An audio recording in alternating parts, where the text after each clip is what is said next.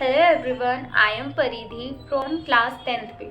Today I and Rajdeep are going to tell you about some first aids for different kinds of injuries or problems.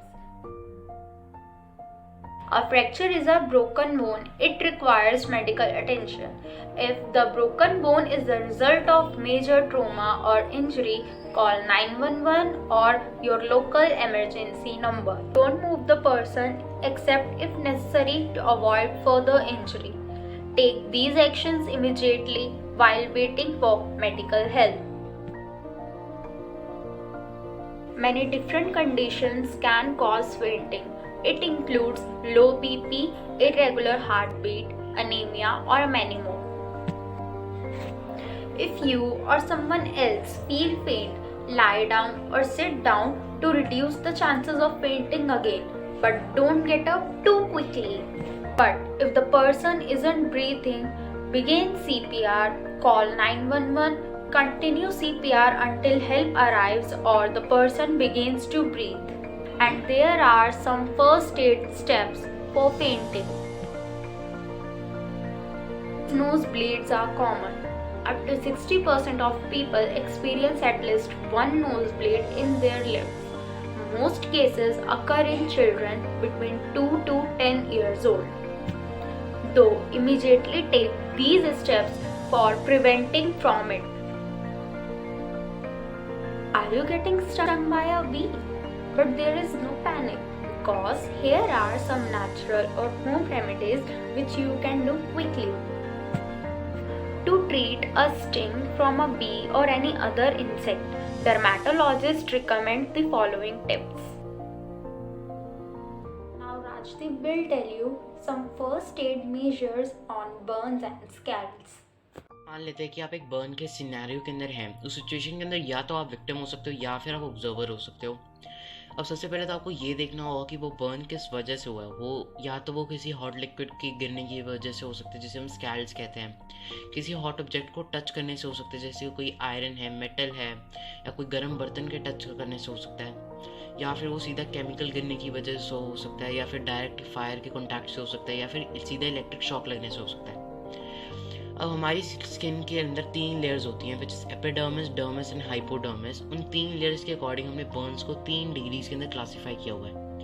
First degree burn जिसे हम कहते हैं superficial burn, second degree burn which is partial thickness burn, and third degree burn which is full thickness burn. अब जो हमारा first degree burn होता है जिसे हम सुपरफिशियल बर्न कहते हैं, ज़्यादातर ये बर्न टॉप लेयर जो होती है हमारी स्किन की उसे डैमेज करते हैं, और जनरली जो हमारा बर्न एरिया होता है वहाँ पे रेडनेस, ड्राइनेस एंड स्वेलनेस हो जाती है।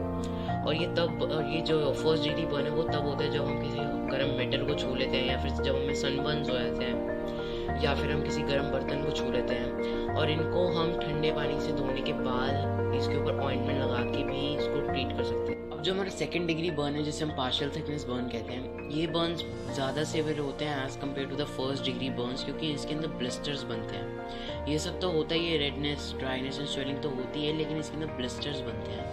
और ब्लिस्टर्स के अंदर बैक्टीरियल इन्फेक्शंस फ्लूइड्स होते हैं। अगर वो गलती से रक्चर हो जाता है और ब्लिस्टर्स फट जाता है तो उसके अंदर से जो फ्लूइड निकलता है वो आपकी रॉ स्किन को भी और जो बर्न स्किन है उसके अंदर इन्फेक्शंस कर सकता है, बैक्टीरियल इन्फेक्शंस के चांसेस बढ़ा देता है, और जो कि हील होने के अंदर भी काफ़ी ज़्यादा टाइम लेते हैं। और जो मेरी स्किन है वो हील होने के बाद भी मिसमैच हो जाती है मेरी नॉर्मल स्किन से, उसका जो कलर के अंदर डिफरेंस आ जाता है।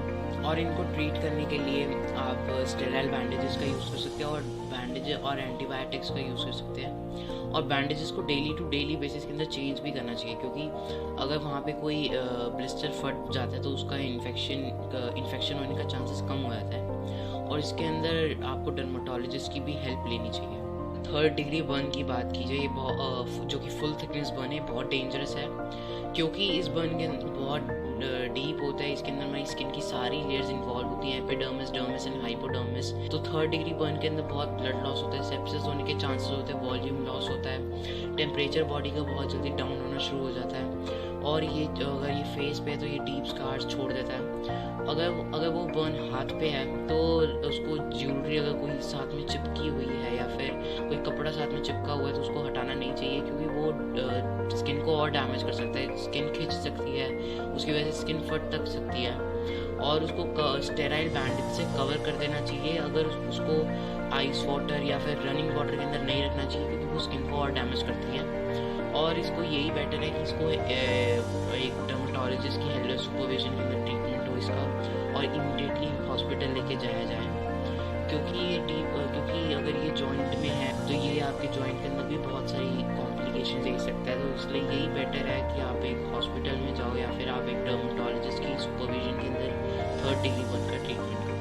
अगर किसी का हाथ पे बर्न है तो उसके ऊपर जितनी भी हाथ के ऊपर ज्वेलरी पहनी हुई है या कुछ भी पहना हुआ है तो उसको स्वेलिंग से पहले ही हटा देना चाहिए, क्योंकि अगर स्वेलिंग हो जाती है तो उसमें और कॉम्प्लिकेशंस हो जाएंगी, या फिर अगर वहाँ पे ब्लिस्टर्स आ गए तो वो ब्लिस्टर फटने के भी चांसेस ज़्यादा बढ़ जाते हैं। अगर कोई बर्न 1st या 2nd डिग्री का है तो उसके ऊपर कोल्ड वाटर, ठंडा पानी लगाना चाहिए, या फिर किसी कपड़े को गीला करके लगाना चाहिए, ठंडा गीला कपड़ा लगाना चाहिए। आइस वाटर नहीं लगाना चाहिए, क्योंकि आइस बाहर से ठंडी होती है लेकिन अंदर से वो गर्म होती है और बर्न्स को और बढ़ाती है, वो और कॉम्प्लिकेशंस दे सकती है, स्पेशली 3rd डिग्री बर्न के अंदर। अगर कोई पूरा फायर के अंदर लिपटा हुआ है तो उसको फटाफट ब्लैंकेट से उसको ड्रॉप करके रोल करना चाहिए। कभी भी किसी भी कोई भी बर्न है 1st डिग्री, 2nd या 3rd डिग्री, तो उसको एक्सट्रीम वाटर प्रेशर के अंदर नहीं रखना चाहिए, क्योंकि वो आपकी जो स्किन है वो उसको एकदम खींच सकता है, फिर उससे स्किन फट सकती है और उससे और पेन हो सकता है। अगर कोई क्लॉथ ही फंसा हुआ है, कोई ज्वेलरी फंस गई है उसके बर्न्स के अंदर, तो उसको भी हटाना नहीं, खींचना नहीं चाहिए। उससे उसके अंदर जो हमारी स्किन है, बर्न स्किन है, वो और फट सकती है और डैमेज हो सकती है। और कोई भी आइस वाली चीज़ नहीं लगानी चाहिए, बर्फ़ लगानी नहीं चाहिए उसके ऊपर, बर्न के ऊपर, किसी भी बर्न के ऊपर, क्योंकि आइस बाहर से ठंडी होती है लेकिन अंदर से गर्म होती है, जो कि बर्न्स को और बढ़ा सकती है। वी होप आपको ये इन्फॉर्मेशन अच्छी लगी होगी। इससे आप अपना और अपनी फैमिली का ध्यान रख पाएंगे। Thank you.